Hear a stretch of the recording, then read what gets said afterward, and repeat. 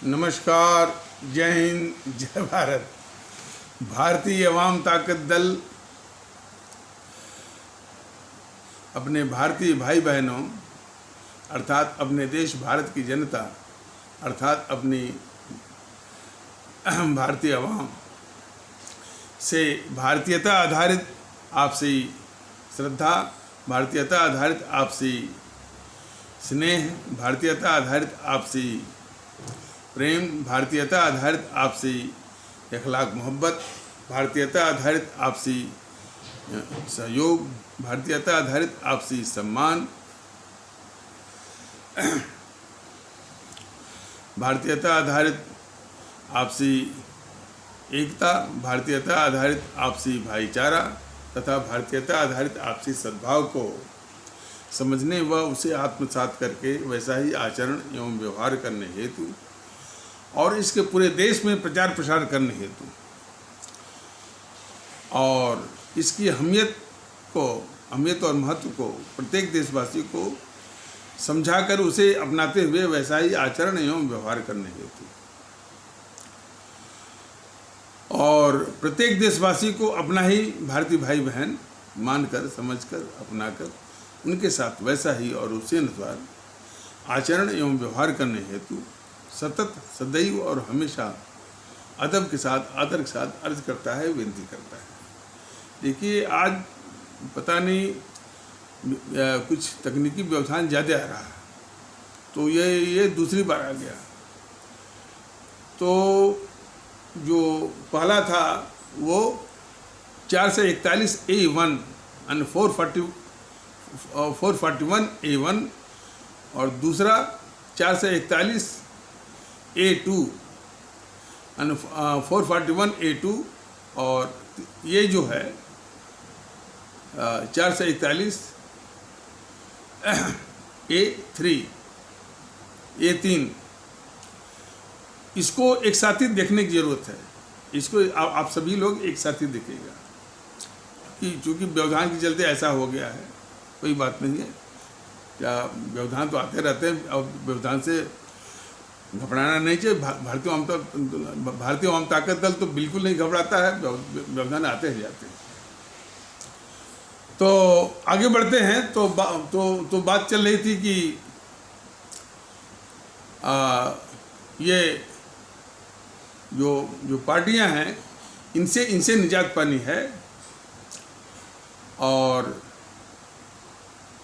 हाँ, हमारे राष्ट्रभक्त श्रोमणी नेताजी सुभाष चंद्र बोस ने जो आह्वान दिया था कि तुम मुझे खून दो और मौत मत तुमको आज़ादी दूंगा, तो भारतीय अवाम ताकत दल कह रहा है कि आप अपना व्यक्तिगत स्वार्थ दीजिए। व्यक्तिगत स्वार्थ त्यागना बहुत जरूरी है यदि देश को कायम रखना है और देश की सर्वोच्चता सबके दिमाग में होनी चाहिए। यही बात भारतीय अवाम ताकत दल बार बार कहा।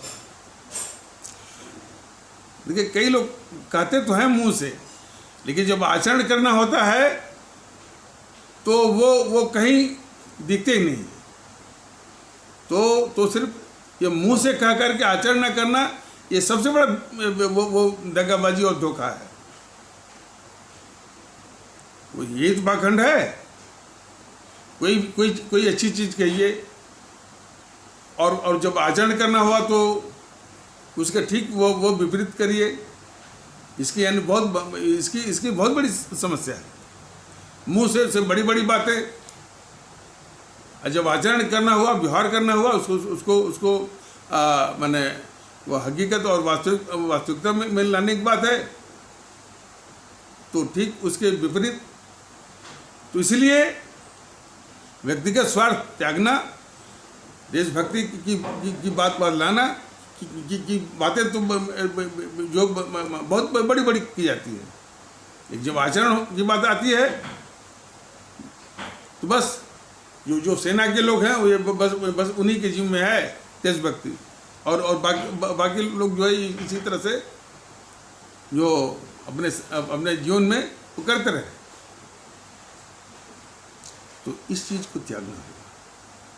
देखिए, चूंकि कमी हमारे में है, इसी का तो फायदा जो है ये जो है वो समाज विरोधी और वो देश विरोधी, भारत विरोधी ताकतें जो है ये सफल हो रही हैं और सक्रिय हैं।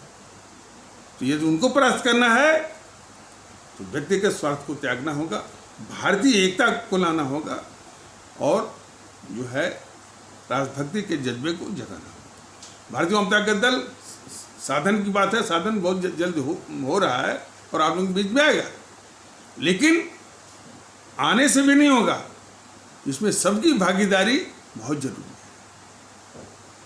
यह एक की बस की बात नहीं है, भारतीय जनता दल के अकेले की बात नहीं है, जो है सबकी भागीदारी और सब में वही कटिबद्धता, वही सिंसियरिटी, वही रिजॉल्व, वही रेजोल्यूटनेस, कटिबद्धता, प्रतिबद्धता आने की सख्त आवश्यकता है। और भारतीयता के बगैर भारतीय माहौल के इस देश का गुजारा नहीं है, इस देश की मजबूती हो नहीं सकती।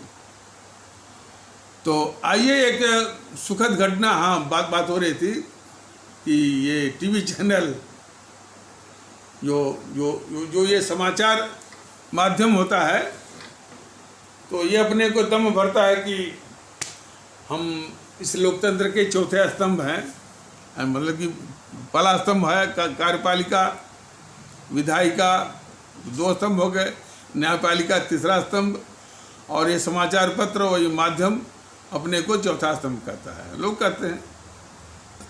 लेकिन व्यक्तिगत स्वार्थ का और इस तरह के जो देखिए किस तरह के तत्व घुसे हुए हैं इनमें, घोर व्यक्तिगत स्वार्थी, सामंतशाही दृष्टिकोण वाले, संभ्रांतवादी दृष्टिकोण वाले, और जहां संभ्रांतवादी दृष्टिकोण होगा और सामंतशाही दृष्टिकोण होगा वहां आम परस्ती नहीं आ सकती। और इसी तरह के तत्वों का बोलबाला जो है सिर्फ मीडिया में ही नहीं हुआ है, सिर्फ जो है ये समाचार पत्रों में ही नहीं है, उस जगत में ही नहीं है, मीडिया में ही नहीं है, बल्कि बौद्धिक वर्ग में जो कि बहुत ऊंची बातें करता है, कुछ अपवादों को छोड़ करके संभ्रांतवादी दृष्टिकोण, सामंतशाही दृष्टिकोण बिल्कुल घोर करके इसमें घर क्या हुआ है। ब्यूरोक्रेसी तो उसका अड्डा है, सामंतशाही दृष्टिकोण, संभ्रांतवादी दृष्टिकोण, और जो वाम दल हैं, कम्युनिस्ट माइंडेड, हिंदू अखबार पढ़ करके जिन्होंने वो रट्टा मारा है सिविल सर्विसेज का, जेएनयू से जो निकले हुए हैं, तो वो भी जो इसमें ब्यूरोक्रेसी के पार्ट हैं, इस देश के सबसे बड़े अभिशाप हैं। जुडिशियरी में भी घुसे हुए हैं, जुडिशियरी में भी संभ्रांतवादी, सामंतशाही दृष्टिकोण के हैं सब, वाम दलों के भी कुछ वाम दलों के भी काफ़ी तत्व इसमें है। बताया गया था ना, VR कृष्ण अय्यर केरल से था, जो पहली सरकार थी कम्युनिस्ट की केरल में, तो शायद वो कानून मंत्री था, वो बाद में वो प्रैक्टिस करने लगा केरल हाई कोर्ट में, और वहीं पर जो है वो जस्टिस हो गया, और वहीं से एलिवेट होकर पहुंच गया यहाँ पर सुप्रीम कोर्ट में। और देश जानता होगा, और देश को याद, देश जानता होगा और देश को याद रखना चाहिए कि वही कृष्णा अय्यर है, जो जस्टिस जो है, जब इलाहाबाद हाई कोर्ट में जस्टिस जगमोहन लाल सिन्हा ने इंदिरा गांधी का चुनाव 1971 वाला जो कि उसने धांधली से जीता था, सरकारी संसाधनों का दुरुपयोग करके, और जबकि उसमें कलेक्टर कौन था, रायबरेली का यशपाल कपूर। तो यशपाल कपूर ने जो कलेक्टर था वो वही दुरुपयोग करवाया था और वही जितवाया था। और जब ये बात साबित हो गई तो इलाहाबाद हाई कोर्ट और उसके जस्टिस जगमोहन लाल सिन्हा ने वो इंदिरा गांधी जो इस समय बहुत तपी हुई प्रधानमंत्री थी, उसका चुनाव रद्द किया उसने। ये हिम्मत देखिए इलाहाबाद हाई कोर्ट की और जस्टिस जगमोहन लाल सिन्हा की। तो उस पर स्टे देने वाला यही है, वी आर कृष्णा अय्यर ही है। तो ये वाम दल के भी तत्व नहीं काफी मौजूद हैं इसमें जुडिशियरी में।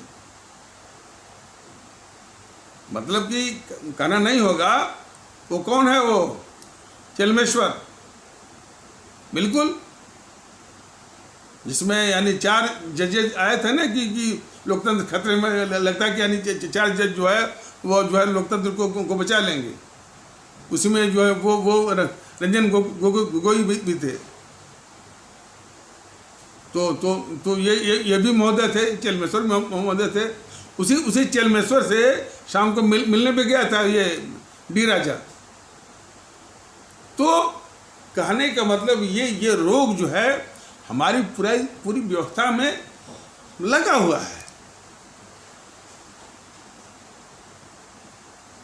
तो मोटी जो है, जो ये मीडिया हुआ, ब्यूरोक्रेसी हुआ, बौद्धिक वर्ग हुआ आपका, और जो है ये जुडिशरी हुए, और जो एजुकेशनिस्ट है, जो शिक्षा शास्त्री हैं, शिक्षाविद हैं, इनमें यानी वाम दलों का, सम्राटवादी दृष्टिकोण वालों का, सामंतशाही दृष्टिकोण वालों का, दृष्टिकोण ही नहीं बल्कि आचार व्यवहार भी। तो जहां पर ये दुर्गुण होते हैं उनका आवाम से लेना देना कुछ नहीं होता, दिखावा जरूर होता है। समस्या इससे होती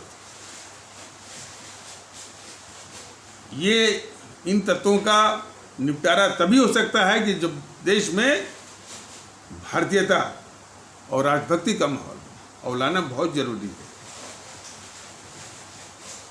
तो इसीलिए ये जो चुनाव का मौका है, इसलिए इन ताकतों से यदि निजात पानी है, कोई आंदोलन नहीं करना है, कोई हिंसा नहीं करनी है, कोई अपशब्द नहीं कहना है, इलेक्शन के माध्यम से, चुनाव के माध्यम से इन ताकतों से निजात पानी है। नोटा अभी जब तक भारतीय ताकत दल निकट भविष्य में आ रहा है, अब पूरी ताकत के साथ आएगा, संसाधन को भी जुटा रहा है, तो जो कि एक बहुत ही कठिन कार्य है। तो तब तक जो है आप सभी लोग इन ताकतों से निजात पाने के लिए नोटा दबाइए। अब ये YouTube कितने लोग देखते होंगे, कितने लोग आगे बढ़ाते होंगे। अब ये निवेदन तो किया था भारतीय जनता पार्टी दल ने, भाई इसको देखिए और आगे बढ़ाइए। तो वही तो सवाल वही आता है कि हर एक की सिंसियरिटी, हमारे हर एक भारतीय भाई बहन की सिंसियरिटी की आवश्यकता है कि भाई यदि देश को कायम रखना है, भारतवर्ष को कायम रखना है, भारतीयता का आना अनिवार्य है, भारतीय एकता का आना अनिवार्य है, भारतीयता आधारित राष्ट्रभक्ति देशभक्ति का आना अनिवार्य है। सबको एक साथ सब में एकता होना अनिवार्य है। और जब यह अनिवार्य है तो ये तभी संभव होगा जबकि ये समाज विरोधी, देश विरोधी, भारत विरोधी ताकतें, फर्क मत करिए बीजेपी है, कांग्रेस है, सब एक ही थैली के चट्टे बट्टे हैं। जब हमारी बात होती है तो ये बात कहते हैं लोग कहते हैं कि साहब किसी विकल्प के अभाव में ये ताकतें जो है वो चुनाव जीत रही हैं। बीजेपी का भी कितना छलयुक्त कपटपूर्ण ये उसका राष्ट्रवाद और उनका मुखौटा मोदी जी का सबका साथ सबका विश्वास बिल्कुल बेकार किस्म का। और वो जो ये कर रहे हैं कि भाई कि तमाम जो है एक्सप्रेसवे, हाईवे और रोडों का वो चौड़ीकरण, उसको मॉडर्नाइज करना, इंडस्ट्रियल कॉरिडोर, फ्रेट कॉरिडोर तमाम बन रहा है। तो ये ठीक वो देश की आर्थिक मजबूती के लिए बहुत आवश्यक है, इसमें कोई शक नहीं है। लेकिन भारतीय जनता दल मोदी जी से भी कहना चाहता है, अपनी आदरणीय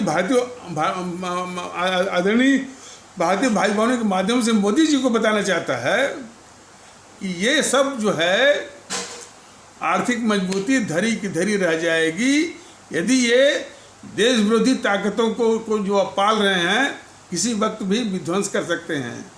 मोदी जी अपने आंखों से देखा होगा, छोटी सी छोटी बात पर बड़े बड़े तमाम हिंसा फैल जाती है। दिल्ली ऐसे जहाँ पर आप आसीन हैं वहाँ पर हिंसा, और हिंसा वह किस कदर की हिंसा, वो कोई रा का था ना, कोई इंटेलिजेंस का कर्मचारी था, उसको 100 चाकू। देखिए अब अच्छा, और हिंसा रोकने के लिए आप कर क्या रहे हैं? कुछ नहीं, छूट भाइयों को निशाना बनाते हैं, उन्हीं का दुष्प्रचार करते हैं।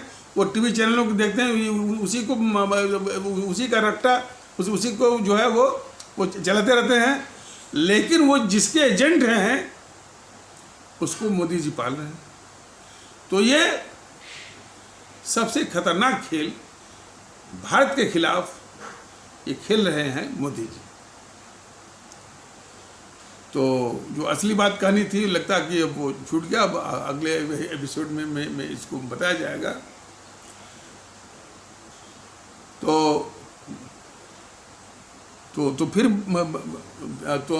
फिर बात वहीं पर आती है कि देश की सुरक्षा सबसे पहले, देश का अस्थायित्व सबसे पहले, और सबको इतिहास से सबक लेना चाहिए। ये इतिहास से जो समाज सबक नहीं लेता है, उससे सीख नहीं लेता है, तो इतिहास फिर दोहराता है। अंग्रेजी में कहावत है कि history repeats itself for those who do not appreciate history. जो लोग इतिहास का महत्व नहीं, जब जो लोग इतिहास को महत्व नहीं देना चाहते हैं, तो इतिहास उनके ऊपर फिर से दोहराता है। अब बताइए, चंद लोगों ने अब अपनी जान दी। सुभाष चंद्र बोस से लेकर के भगत सिंह, सुखदेव, राजगुरु और अशफाकुल्ला, इन लोगों ने जान दी। हम नहीं कहते कि सबको यानी जान देने की जरूरत है, लेकिन कुर्बानी के लिए तैयार रहने का जज्बा तो चाहिए ना। अब उसमें गिरावट होते होते इतना आ गया कि राष्ट्रभक्ति, देशभक्ति बहुत दूर की चीज, व्यक्तिगत स्वार्थ आ गया। और इसका सबसे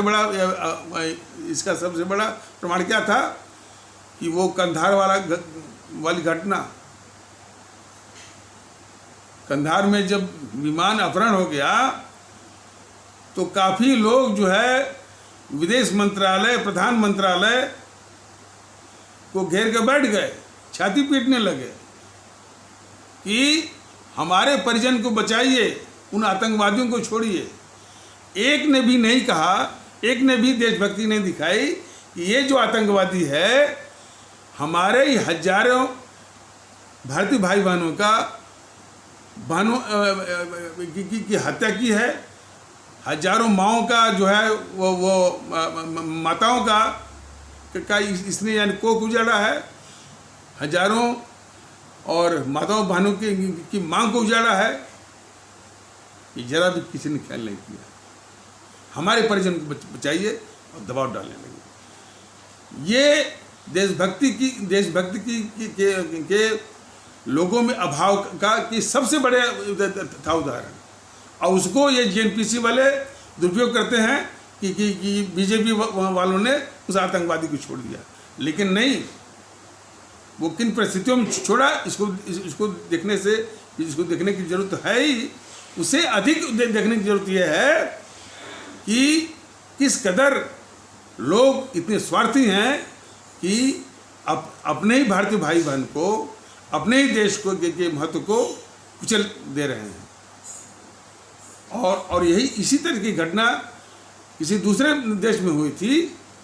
तो जब इस तरह से वो आतंकवादी वो बार्गेन कर रहे थे और सौदेबाजी कर रहे थे कि मेरे आदमी को छोड़ो, उस देश ने कहा कि जो तुम बंधक बनाए हो वो सबको मार दो, लेकिन हम छोड़ेंगे नहीं। ये होती है राष्ट्रभक्ति। कंधार के केस में लोग बजाय कि मेरे आदमी को छुड़ाओ, यदि ये कहते कि नहीं इसको छोड़ना मत, इसने हमारे हजारों भारतीय भाई बहनों की हत्या की है। हमारे भी आदमी कुर्बान हो जाए चलेगा, किसी ने नहीं कहा।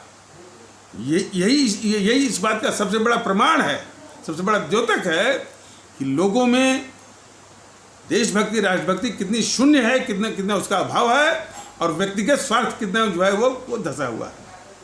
कंधार की घटना, हालांकि उस कंधार की घटना को ये जेएनपीसी इस्तेमाल करती है बीजेपी के खिलाफ कि आपने आतंकवादी को छोड़ दिया, जबकि खुद जेएनपीसी खुद आतंकवादी है।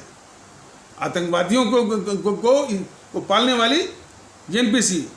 कश्मीर में जितने आतंकवादी हैं वो नेहरू की गद्दारियों का परिणाम है। तो चलिए, ये एपिसोड तीनों को मिलाकर लंबा न हो जाए, इसलिए अब इसको यहीं पर विराम दिया जाता है। लेकिन ये जिम्मेदारी माने इन ताकतों से, भारत विरोधी ताकतों से, देश विरोधी समाज विरोधी ताकतों से निजात पाना ये कोई आसान काम नहीं है। इसमें सबको शरीक होना और भी एकता के आधार पर, भारतीयता के आधार पर ही संभव है। सब लोग जो है पूरे तल्लीनता के साथ, ईमानदारी के साथ और प्रतिबद्धता के साथ इसमें शामिल हों, तब जाकर के ये मुमकिन होगा। और इसमें कुछ वक्त लगेगा। और नोटा दबाना मत भूलिए, शुरुआत करिए। तो इन्हीं आवश्यक शब्दों के साथ इस आवश्यक परिचर्चा को यहीं पर विराम दिया जाता है। तब तक के लिए नमस्कार, जय हिंद, जय भारत।